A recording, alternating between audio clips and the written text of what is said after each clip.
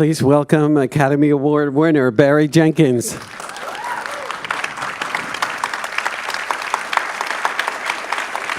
Thank you. I always forget the Academy Award. How can you forget that? I always forget. Thank you. Did you guys hear that? He said, I always forget I'm an Academy Award winner. It's a strange thing to hear. Um, It's a strange thing to hear. Well, you deserve it. I actually going to start with something that has been eating at me, because when I first saw the film, I was blown away by what you do with the sound with this film. The dialogue comes from the front speakers, and then the voice of Tish surrounds us as an audience member. You know, can you tell us that incredible choice? Yeah, it was. Thank you guys for coming out, by the way, to see this. I mean, it's so gorgeous up here. I don't know how anybody watches movies in Santa Barbara. Like, oh my goodness, I would definitely be outside. But thank you for coming. Yeah, you know, I working with a literary adaptation. Literature is so good at interiority, at the interior voice. You know, when you read a book, everything is activated in your brain. Somebody speaks, you hear it in your head. Somebody smells something, or the author describes a smell, you smell it in your head. You know, somebody's feeling things. The author describes how those things feel, you feel it in your head. Everything's activated, but in a movie theater, it's a very passive experience. You guys are there, and the screen is here. And so maybe you're checking your phone, or you're like eating your popcorn. And so we're always trying to find a way, myself, the cinematographer, the sound designers, to activate all the senses. And as we were working on post on the film, again, this idea of literary adaptation, it's adapted from James Baldwin, who was just so just gifted at translating the interior feelings of his characters and the interior voice, which cinema is not the best medium for. But we started to think of the room as being like a brain that you guys are sitting in. And so how can we activate the movie theater the same way you activate your own mind when you're reading literature? And so for us, that came to bear with the voiceover narration of Tish. You know, the book is told from James Baldwin's perspective. The film is very clearly from her perspective. And so you're absolutely right. The dialogue comes from the front, but we called it the voice of God, which is when Tish is narrating. That comes from every single speaker in the room, because now you're literally in her head. The auditorium becomes a brain. And one of the really cool details about posting this film is, anybody watch this little show called Game of Thrones on HBO? So the same people who do the sound on Game of Thrones also did the sound on this film in Moonlight. And so all these tools they use to bring dragons and like thousands of people sword fighting to life also is bringing the interior life of this young black woman to life as well. So yeah, it was a really cool process, and you put your finger right on the pulse. The dialogue comes from the front, the voice of God comes from everywhere. You set the tone from it's one of the most beautiful opening sequences. You actually tell us the journey of Tish and Funny with the camera work, them going down the stairs and, you know, leading to the front. You know, can you tell us about that shot? Yeah. Making this movie was a really cool process, especially coming off of Moonlight and everything that happened at the very end of the Moonlight journey. It was nice to have something just to throw our attention into. Same cinematographer, same editors, a lot of the same crew, including the costume designer, Carolyn Eslin, who did the costumes in this film and in Moonlight. But we were actually location scouting, and the novel opens with the very first scene in prison when Tish visits Bonnie and tells him that she's pregnant. But for the film, I wanted to establish a few things very clearly. When you read the book, it becomes very clear that these two characters are soulmates. But in cinema, you know, it takes 20 hours to read the book, 2 hours to watch the film. You have to visually stamp this idea that these two characters are soulmates. So I knew I didn't want the condition of their circumstances to be the opening of the film the way it is the opening of the book. So I was looking for a scene to establish them before we get to the first prison visit. And we were actually location scouting for the sequence where the dads are hustling to make money to bail Fonnie out of jail, which this is America in a nutshell. You have these two black fathers who are now committing crimes to free the son who has committed no crime. This is how the cycle just feeds itself. But we were location scouting for that sequence, and I looked over, and I just saw these steps. It's like a week before production started, and I walked away from the crew and started walking up those steps, and I could just see us, again, the voice, now the eyes of God, you guys, the audience, just looking down on this very pristine couple in this park that actually is in Harlem.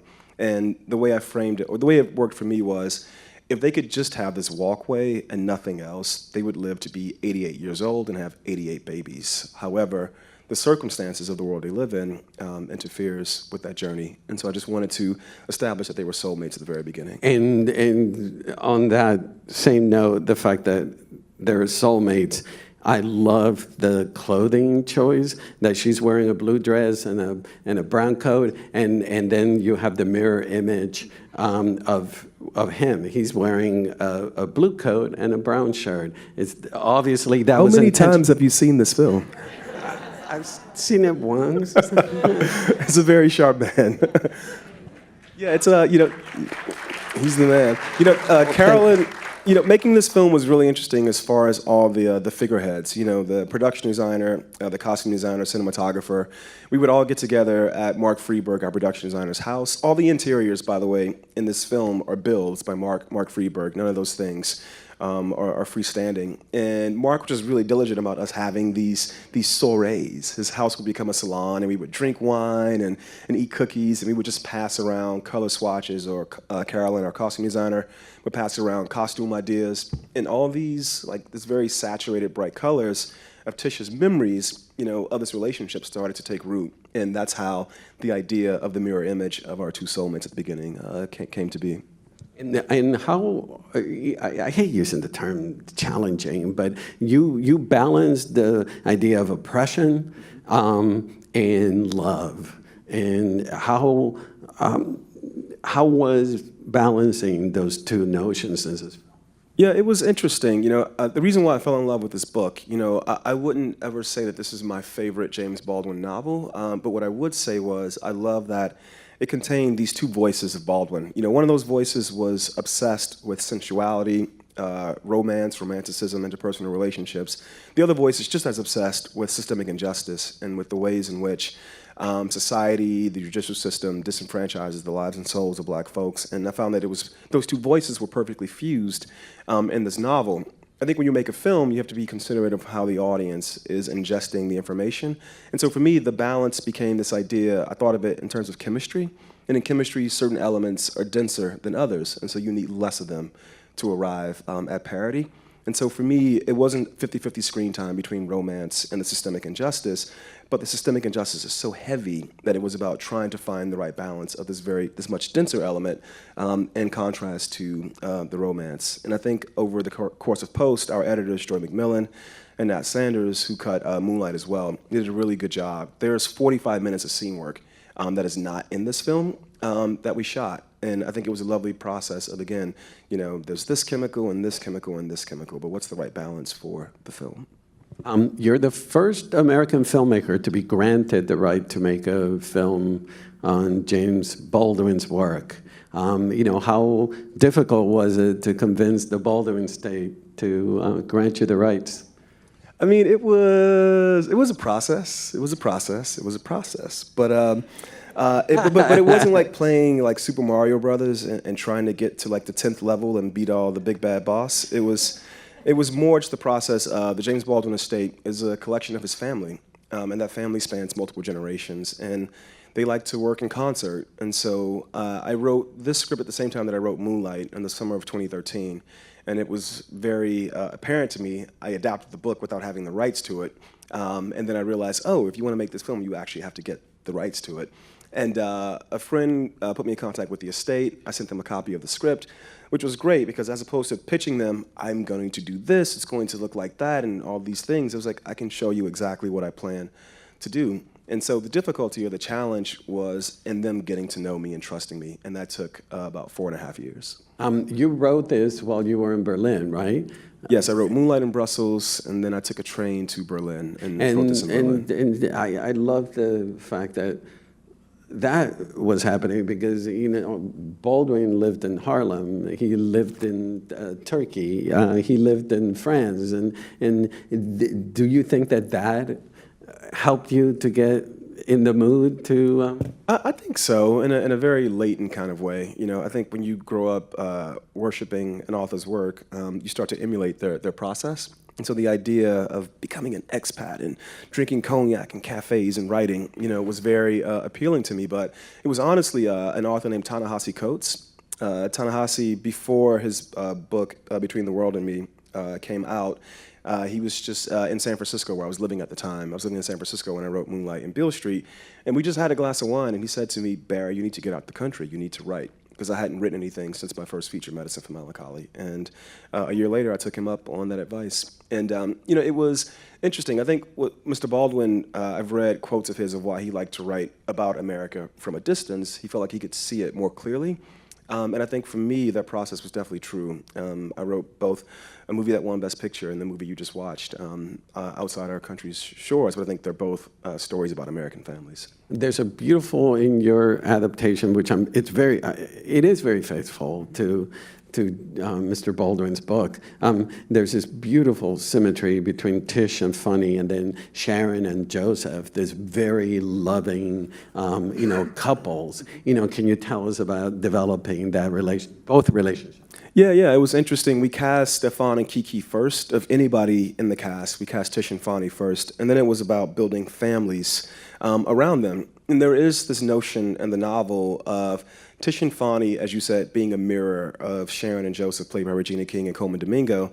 They were the same age when they met. They were the same age when they fell in love.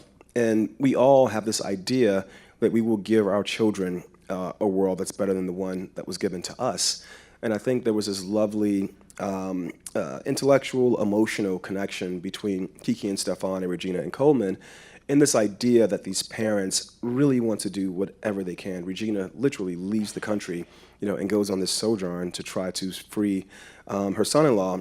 And I think watching Regina and Coleman operate, the way they acted on set, I think it literally influenced the way Stefan and Kiki. There's a lovely scene taken directly from the book that didn't make the final cut of the film, where Stefan's character, Fonny, brings Tish home and announces that he plans to marry her. And you really see the mirror of the older generation and the younger generation. I know, it's a beautiful scene. It'll be on the DVD. But you already know that they are madly in love. You already know that the family accepts him and that they will do anything for him. And I never want to give the audience repeat information, so it'll be on the DVD. It's beautiful, I promise. This is what I heard this woman sigh. It was almost like in surround sound right here.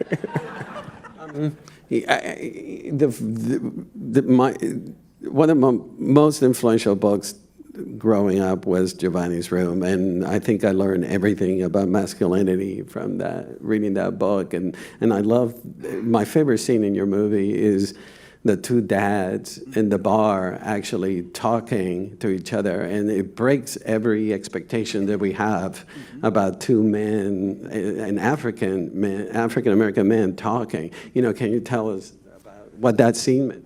Yeah, it's taken directly from the book. It's interesting going from Moonlight to this film, because Moonlight is the male perspective. It's about masculinity. In this film, very rarely are two men having a conversation. It actually only happens twice, to be honest. It's the scene you just mentioned between the two dads, and then when Brian Tyree Henry shows up as Daniel Carty to talk about his experience in prison. It's the only two scenes in the whole film where two men have a conversation.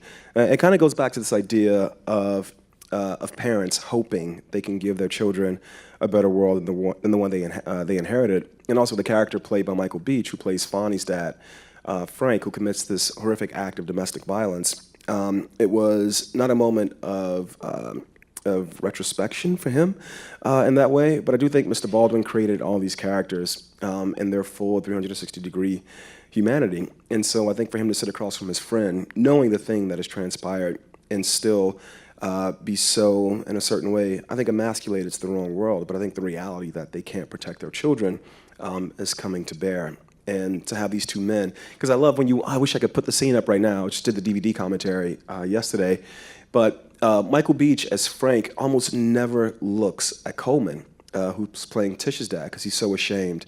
And Coleman is looking at him the entire time, trying to will him back to this place, back to a centering. Because, spoiler, the book and the novel diverge in the ending. In the ending of the book, that character, Fonny's father, commits suicide. But in the film, I didn't want to, I don't know if we're going to talk about the ending or not. I just didn't want to kill another black patriarch, especially considering the performance that Fonny gives. You assume that he might go back and harm himself. So we diverged from that. But I think when Michael Beach was playing the father in that scene, what he's doing is he's right on the edge, and he just can't take the fact that, one, he lost control of himself, and he has no control over the fate of his son. So I think both those guys did a really amazing job with that scene work.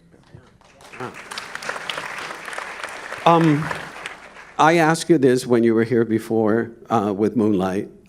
We're used to seeing actors a quarter turn their face. You actually, actors are full frontal. We are connecting eyes with your actors and your characters, which is rare to see in cinema. You know, can you tell us about that choice? Yeah, it kind of goes back to this quest for a more immersive cinematic experience, I think.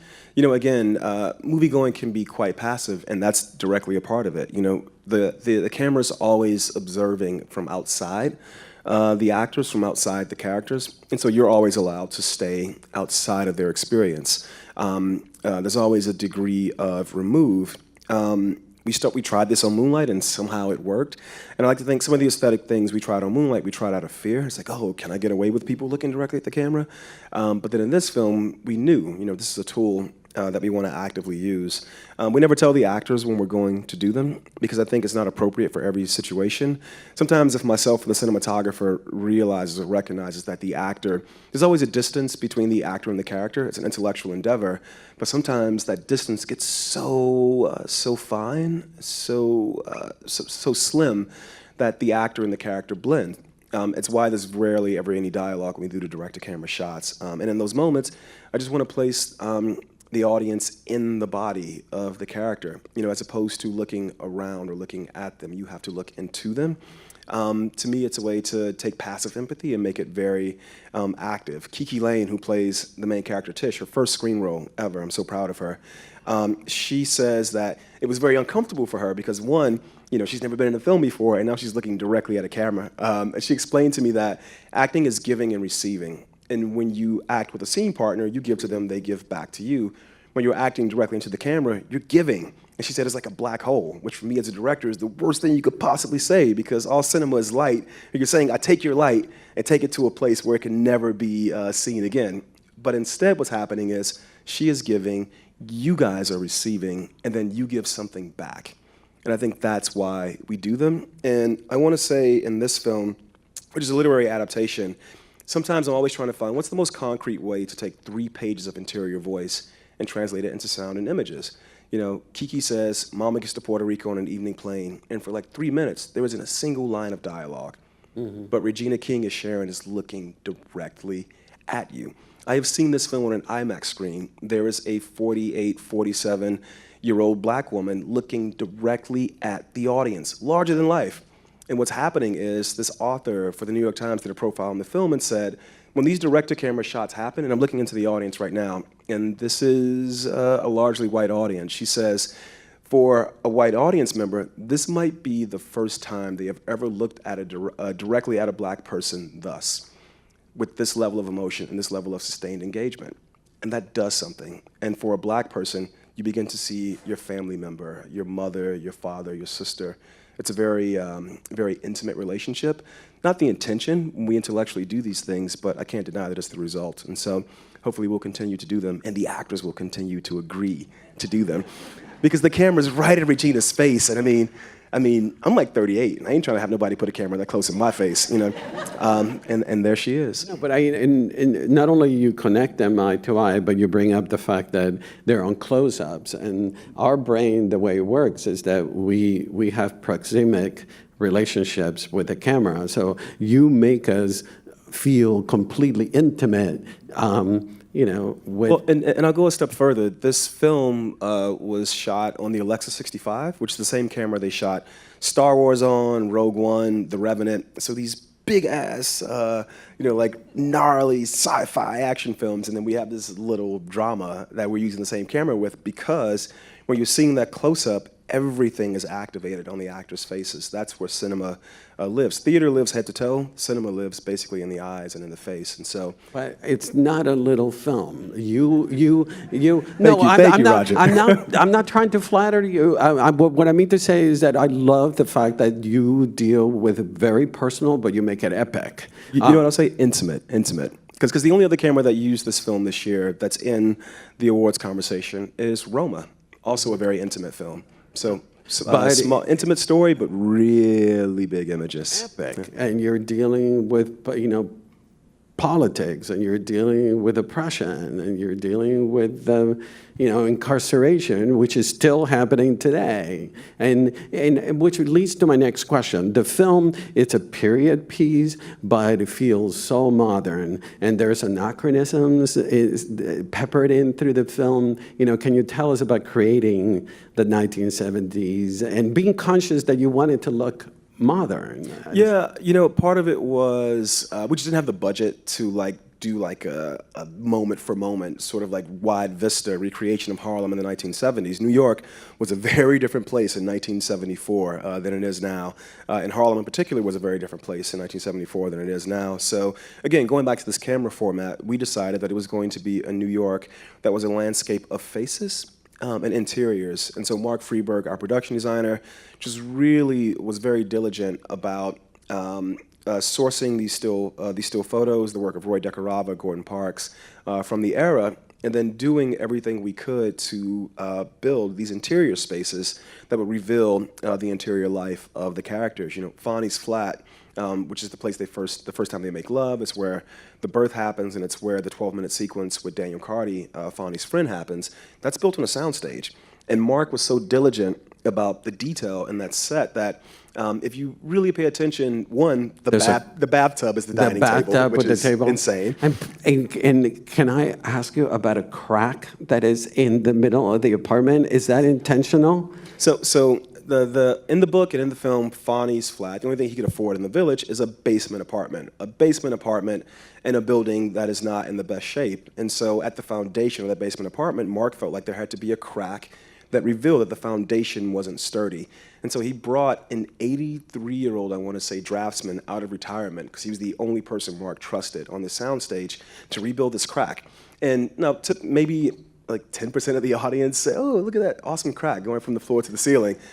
But the actor who plays Daniel Carty, Brian Tyree Henry, who also plays the character Paperboy on Atlanta, he showed up for one day of filming, and he said when he walked on the set, he looked around, and it felt like he was actually in someone's home. And I think when you go to that detail that Mark did on these interiors, an actor walks in, and they really do feel like they're walking into someone's home. So it was a landscape of faces and interiors with a couple awesome vistas.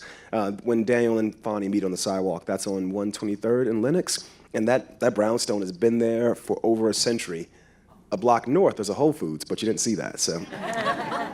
And Harlem used to be grand, and now is gentrified. But in the 1970s, there was almost a dysfunctionality to the city, and you recreate, the garbage on the streets, abandoned cars. Yeah. The abandoned car is one of my favorite little moments in the film. It's during the second montage. Tish and Fonny are walking down the sidewalk, and the Steadicam just pans over to these kids jumping up and down on a rusted car.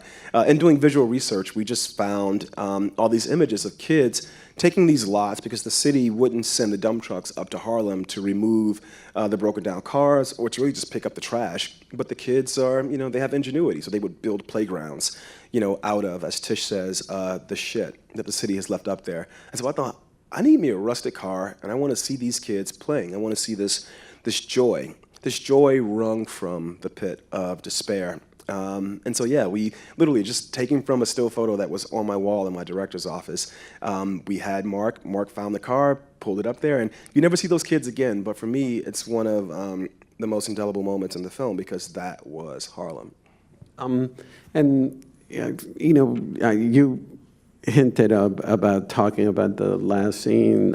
At least my interpretation, and tell me if we're wrong, that there is a resilience about these characters. These characters are oppressed, but there is ultimately a resilience about them that is found in love, is found in family. Yeah, I think so. The ending of the book is very open. You don't know what becomes of the child. You kind of get confirmation that the child is born. Tish goes into labor in the flat, just like she does in the film, and Sharon is there. And we filmed the actual ending of the book. It exists. That one won't be on the DVD, however. But just watching the film and the journey that the audience goes through, again, like I said, Fonny's father, I didn't want to confirm or deny that he commits suicide. We filmed the conversation where that happens, but in watching the film, I felt like what the characters were doing, I think what the book was about for me, was this idea, the lives and souls of black folks in America has always been, from our very beginning here, rooted in some aspect of despair and suffering, and yet we are here. I'm on this stage with Roger. There's always been joy and love. We've always created art, built communities, sustained families, and so I did not want to create a film where that wasn't the case as well. And so maybe like 5 minutes before the ending, Fonny makes this promise. He says, I'm going to build us a great big table, and our family's going to eat off of it for a long, long time to come. And that line just stayed with me. And it's not the table he built. It's not the table he built. It's the table that the system, society, so many different things, this cop has given him. And yet, it's a great big table, and the family is there. The child is healthy. There is still love. I just wanted to plant a flag that the situation is different, and the trauma will always be with them, but the family endures. And so that was where the ending came from. And when you were writing the adaptation and filming, how do you feel things have changed from the time that Baldwin wrote the book? They've changed in a lot of different ways. I think in particular with the issue of sexual assault that's dealt with in the book and in the film, I think that situation has changed quite a bit just in the last 2 or 3 years, and made us approach that topic with great sensitivity in the adaptation. Again, this book was published in 1974. These problems have persisted for 45 years. There's been progress, but I think there's still so much farther to go. We often think of progress as a destination and not a direction. And so voting rights, for example, around 2000, it's like, we have all the voting rights legislation we need, let's stop that. And now, 17 years later, we realize, holy shit, this is a major problem. It is affecting everything in this country. I feel the same way with the Second Amendment. The Second Amendment is an amazing thing. It doesn't apply to black people the same way it applies to white people, and we've seen that borne out in just the last 2 months, where I think there are 3 good guys with a gun who happen to be black who were murdered for their efforts. And so I think change has to be a direction, not a destination, or a destination, not, Jesus, a direction, not a destination. I'm so sorry. I get so emotional when I talk about this stuff. It's not directly addressed in the film, but I do think in conversations like this, it is important to pick it up. I say that because Stephan James modeled his performance, at least the interior life of his character, on a young man named Khalif Browder, who was arrested in, I want to say, 2011, 2012, for stealing a backpack in New York. And he was sent to Rikers Island. He refused to plead guilty because he did not steal the backpack, but because the system is so backed up, he spent 3 years in Rikers Island, 2.5 of those in solitary confinement. And when he finally was exonerated, because he refused to plead guilty, had he pled guilty, he would have spent maybe 8 months in Rikers. But his case never came to trial. He wouldn't accept a plea. He committed suicide afterwards because the trauma was so rich with him. This is in the last 5 years, which is 40 years after this book was published. Fonny's not falsely accused of anything in this narrative. He is pulled out of a police lineup. He placed in a police lineup by a racist police officer. In the book, it even says he's the only black man in the police lineup. But for me, that was too obvious, too clear. I wanted the audience to have to think about the situation that he's placed in. So I think a lot of these things are very, very, very relevant. And, had we made the film 10 years ago, I think it would have been just as relevant as it is today. Well, Barry, I can tell you that I feel so fortunate to live in a world that has you as an artist making films. And thank you so much for being here. Thank you. Thank you, guys.